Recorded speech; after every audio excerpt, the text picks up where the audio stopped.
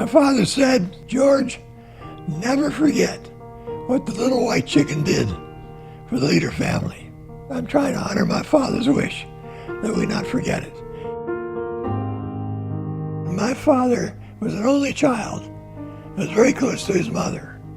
And they used to send away and buy a setting of hatching eggs. They get 13 eggs for a dozen, and they put them under a brooding hen, and she'd hatch them, and she'd raise those baby chicks. And then my father did that repeatedly with his mother, and they had some considerable success.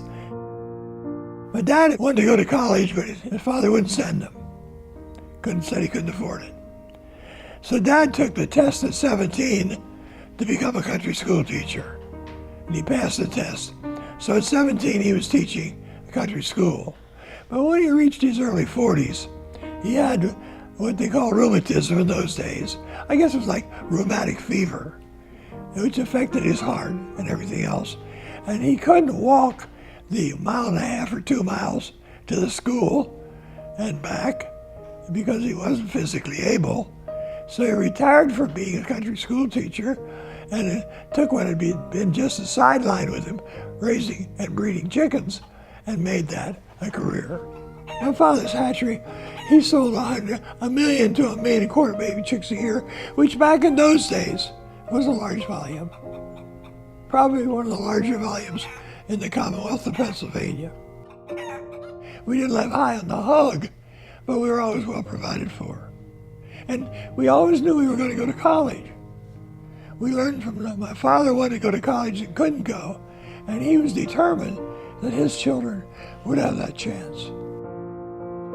Mother had the work ethic to a greater degree than anyone I've ever known. We had about a 2-acre garden. We had a big family, 7 children, and we raised our own vegetables, and Mother canned them all. We had to help her. We helped to plant it, we helped to weed it, we helped to hoe it, we helped to harvest it, we helped to shell the peas and the beans. And so we worked very close with my mother, who didn't have a great education, but she taught us how to work from the time we were 10 years old or less. And it was a great training. I think the fact that I'm still working at age 94 is an indication of just how much influence my mother had on my life. A lot of people thought that I was just a chicken farmer who didn't know much about government, but they didn't realize I'd gone to the Fells Institute of Local and State Government at the University of Pennsylvania, where I graduated, number 1. Number 2, I had 3 years in the Navy as an officer, and I learned how to function in a large organization. Line and staff were not a mystery to me. I had worked line and staff positions in the Navy for 3 years. It was a great training. We had 69,000 people in the state government at that time. It didn't bother me. I was accustomed to big outfits. I felt very comfortable in the governor's office.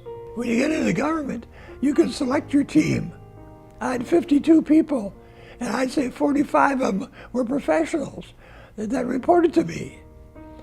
And they say, "Well, how'd you relate to them?" I said, "I developed a superficial knowledge of most everything, and when I didn't know, I called on them for their input.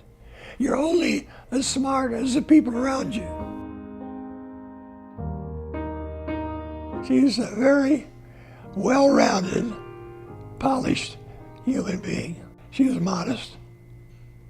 She didn't always admire my outspokenness, because especially when I was telling everyone how great I was, she'd say, "George, that's enough.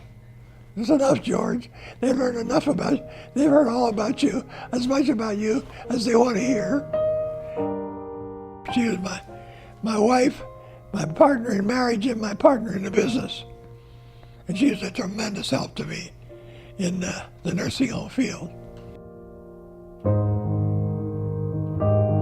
In running a long-term care facility, if you don't get the proper leadership at the top, forget it. It just never takes off.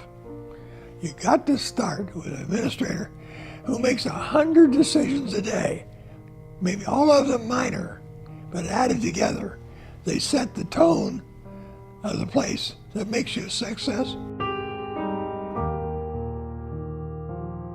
When you got little baby chicks like this, and you have 1,000 of them to take care of, they're very sensitive. If you don't take good care of them, they will literally die. So you learn how to take responsibility for a very fragile life right on the poultry farm. And somehow it gives you a sense of respect for life.